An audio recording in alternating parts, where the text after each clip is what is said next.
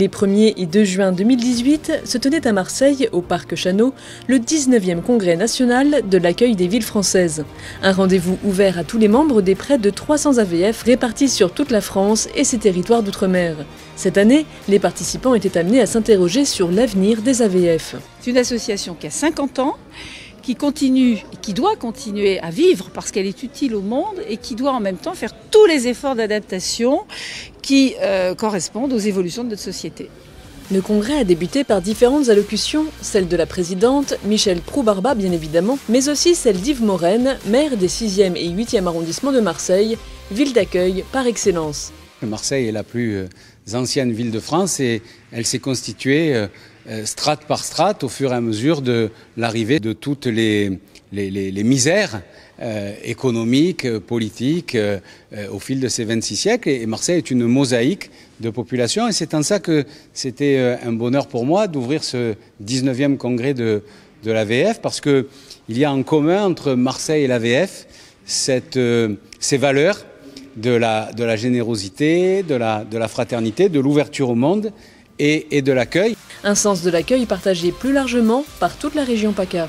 On peut dire que la région Provence-Alpes-Côte d'Azur, c'est la première région de France. La première région en nombre d'adhérents, mais ce qui est important, c'est la première région en nombre de nouveaux arrivants.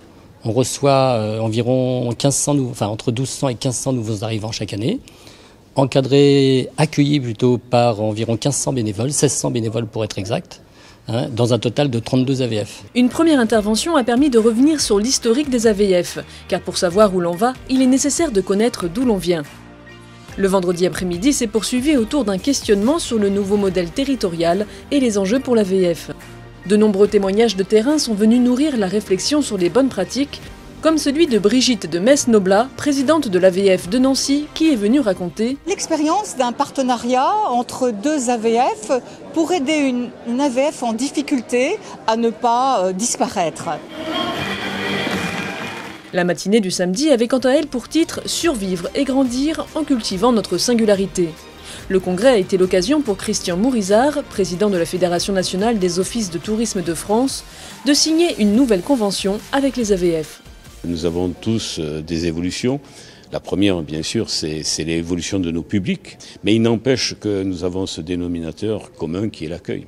Et donc, à partir de là, et considérant que, je l'ai dit, je le répète, le premier touriste dans une ville, c'est ses citoyens, ses habitants, il était normal que nous ayons un rapprochement et renforcer les liens qui existent entre nos deux fédérations. Le congrès a été aussi l'occasion d'explorer de nouvelles pistes de développement et en particulier celle des nouvelles technologies. Éric Longuepée est venu présenter son application Merci Wilson.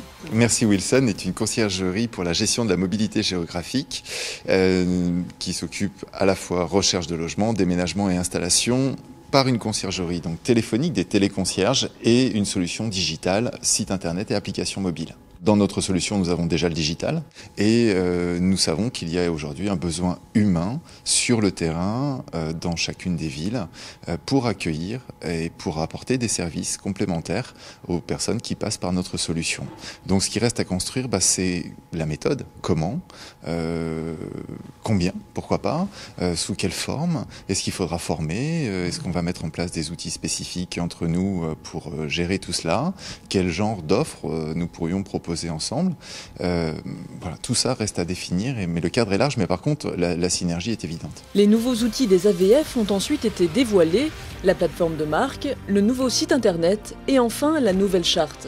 Les présidents de région et le bureau national se sont relayés sur scène pour la signer.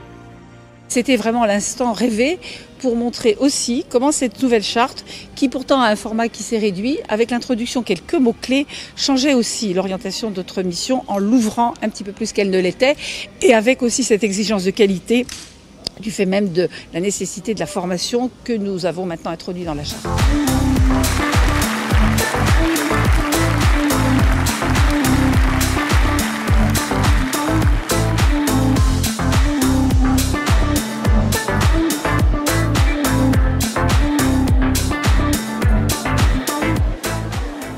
Ce n'est pas le premier congrès que nous faisons et chaque fois on rapporte des idées nouvelles que l'on a collectées soit auprès des intervenants, soit auprès des collègues des autres associations. C'est toujours très intéressant que de s'ouvrir vers les autres. Je voulais des pistes de réflexion pour améliorer nos animations et améliorer des prestations pour l'AVF Grenoble.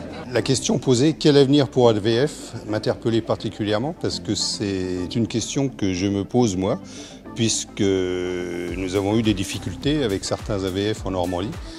Donc là, il nous faut absolument trouver des réponses à cette question et je suis convaincu qu'elle sortira de ce congrès. J'espère que par la suite, on va pouvoir travailler chacun à notre niveau, que ce soit au niveau national, bien sûr, au niveau régional, ou c'est bien au niveau local. Oui, il ne faudra pas retourner dans nos habitudes, dans notre petite routine. Oui, voilà. C'est aussi pour ça que je viens, puis c'est aussi bien sûr pour tous se revoir d'autres régions.